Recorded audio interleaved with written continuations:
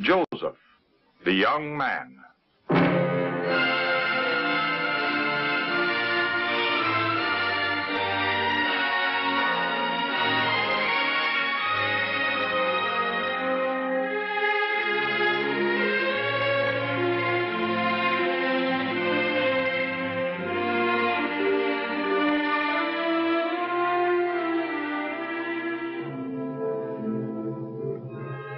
Almost 4,000 years ago, there lived in the land of Canaan a man with great wealth and many sons. His name was Jacob, and like his father Isaac and his grandfather Abraham, he too was a worshiper of the one true God. Jacob loved all his 12 sons, but his favorite was Joseph because he was born when Jacob was old and was a lad with a humble faith in God. To show his love for Joseph, Jacob had given him a beautiful long robe. And when his brothers saw that their father loved Joseph more than any of them, they hated Joseph. They hated him even more because of 2 dreams he had. Father, I had another dream last night. A dream even more strange than the one before, where my brother's bundles of grain bowed down to my bundle. What was it, Joseph? Well, this time, the sun, the moon, and 11 stars were bowing down to me. What's the meaning of this dream? Am I, your mother, and your brothers all to bow down to the ground to you? Dreams were not taken lightly in those days, for God sometimes revealed his plans to people in dreams. So Jacob kept in mind what Joseph had said. But his brothers were so jealous of him, they secretly wished they were rid of him once and for all.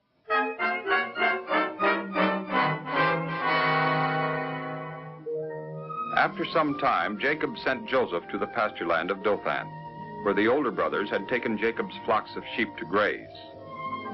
Eager to see his brothers, Joseph made the long journey from Hebron, looking forward to some happy greetings from them. But when the brothers saw him coming, they began to plot against him. Look, here comes the dreamer. Let's kill him and throw him into one of the pits.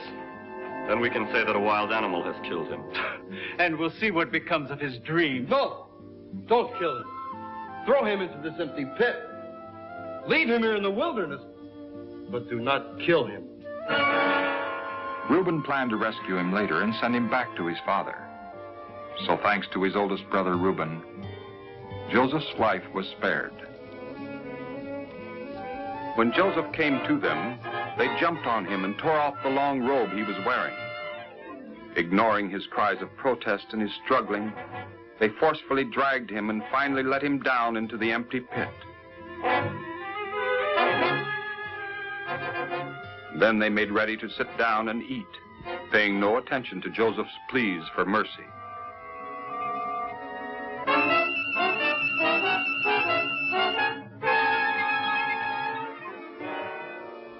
Look, here comes a caravan.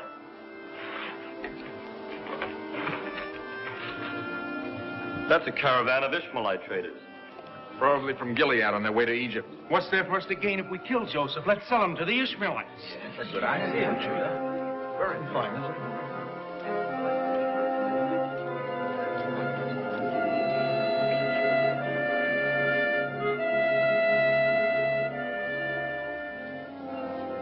So 2 of the brothers hurried out to greet the leader of the caravan, while the others went back to the pit to get Joseph out. It didn't take long for the caravan leader to realize that he could buy a slave at a bargain. Unaware of the fate awaiting him, Joseph was glad to be brought out of the pit. But when he heard the bargaining which was taking place between the Ishmaelite trader and his brothers, he soon realized that they were selling him into slavery for a measly 20 pieces of silver.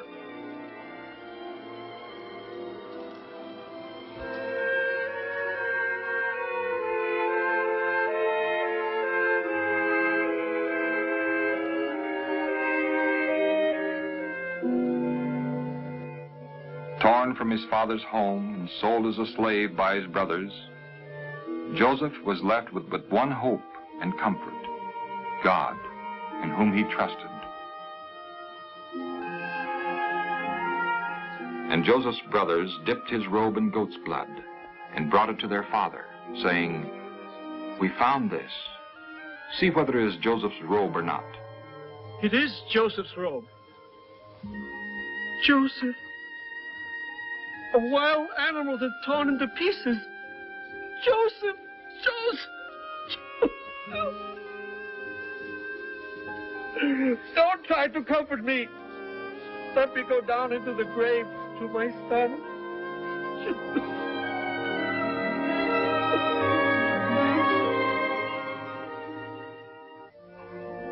But as in the past, so also in slavery, God was with Joseph.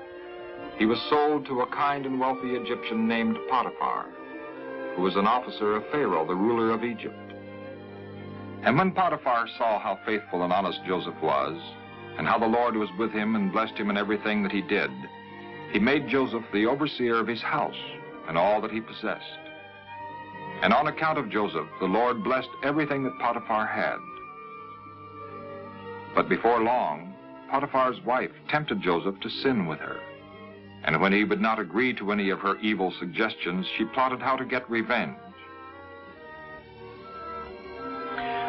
So when she told her husband lies about Joseph, Potiphar believed her and ordered Joseph to be thrown into prison. This was unjust punishment.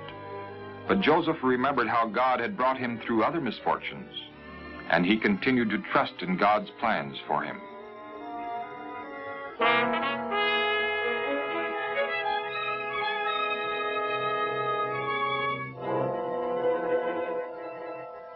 Also in prison, the Lord was with Joseph. Soon the prison keeper put Joseph in charge of all the other prisoners. After some time, Joseph became acquainted with the king's butler, who had been in charge of Pharaoh's wines, and also the king's baker, both of whom had greatly angered Pharaoh and had been thrown into prison. Why do you look so gloomy today? We have had strange dreams. And there's no one to tell us what they mean. Isn't God the only one who can tell us what they mean? But why don't you tell me what you dreamed? In my dream, I saw a grapevine, and the vine had 3 branches. As soon as the vine budded, the clusters ripened into grapes. And Pharaoh's cup was in my hand. And I took the grapes and pressed the juice into his cup, and put the cup in Pharaoh's hand. This is what it means. The 3 branches mean 3 days. Within 3 days, Pharaoh will restore you to your office, and you will give Pharaoh his cup as you used to do when you were his butler. But remember me when you're with Pharaoh again. Be kind and mention me to him, and get me out of this prison. For I was stolen out of the land of the Hebrews, and here too I have done nothing to deserve to be put into this dungeon. When the baker saw that the meaning of the butler's dream had been a good one, he said to Joseph, "I also had a dream." Then the baker told his dream, but this time the meaning was not a good one. In 3 days' time, Joseph said to the baker, "You will be put to death."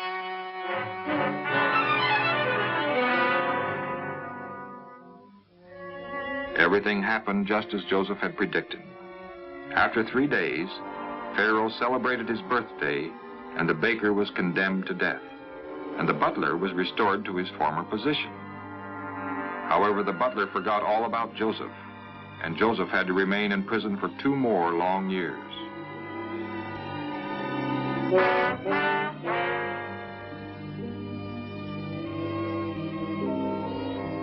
Then one day, Pharaoh, the ruler of Egypt, was greatly troubled.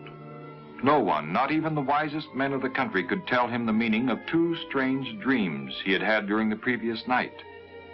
He called in all the magicians of Egypt, but there were none who could tell Pharaoh what the dreams meant.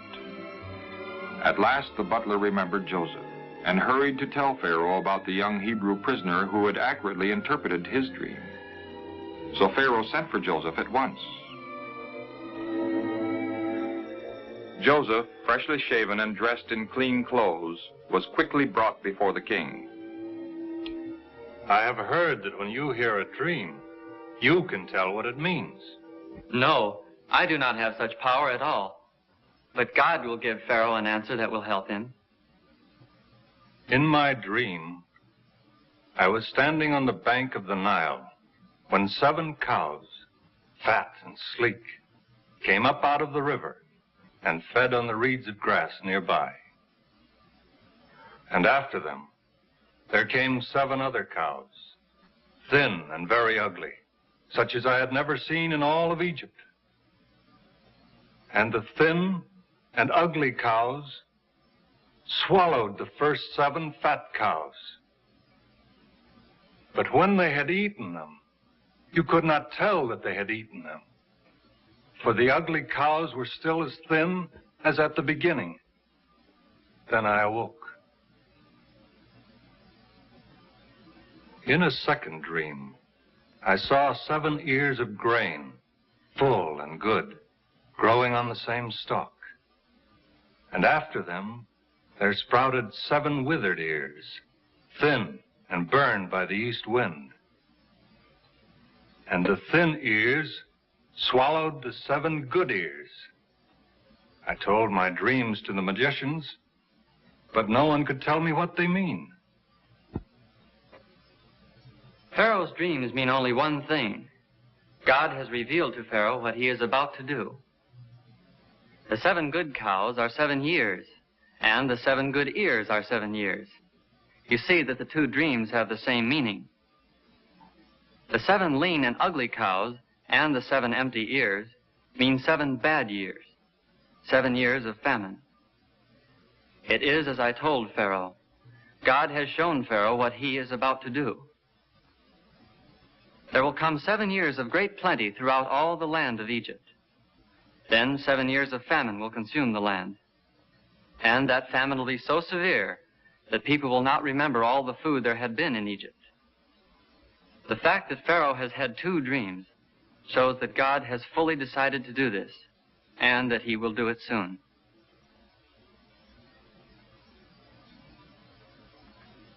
Now that I know the meaning of these dreams, what should be done about the famine that is coming? Let Pharaoh select a wise and understanding man and set him over Egypt. Let Pharaoh also appoint officers over the land and take 1/5 of the harvest during the 7 good years.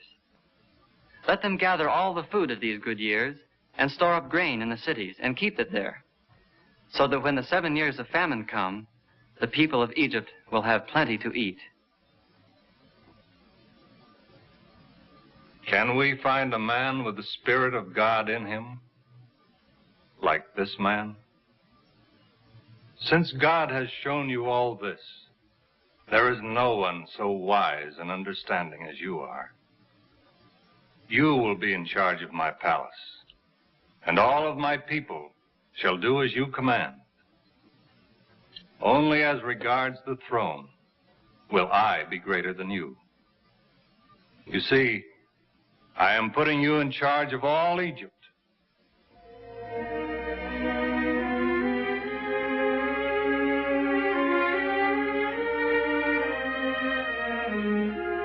So at last, God's purpose in bringing Joseph down into Egypt was becoming clear. Overnight, this God-fearing young man had risen from prisoner to prime minister, from slave to second in command of all Egypt. And now he began to see how God had chosen him to save many people from death by starvation, perhaps also his own people. And God had an even greater purpose than bringing Joseph to a position of leadership in Egypt. He was preparing for himself a people from whom the Messiah was to come.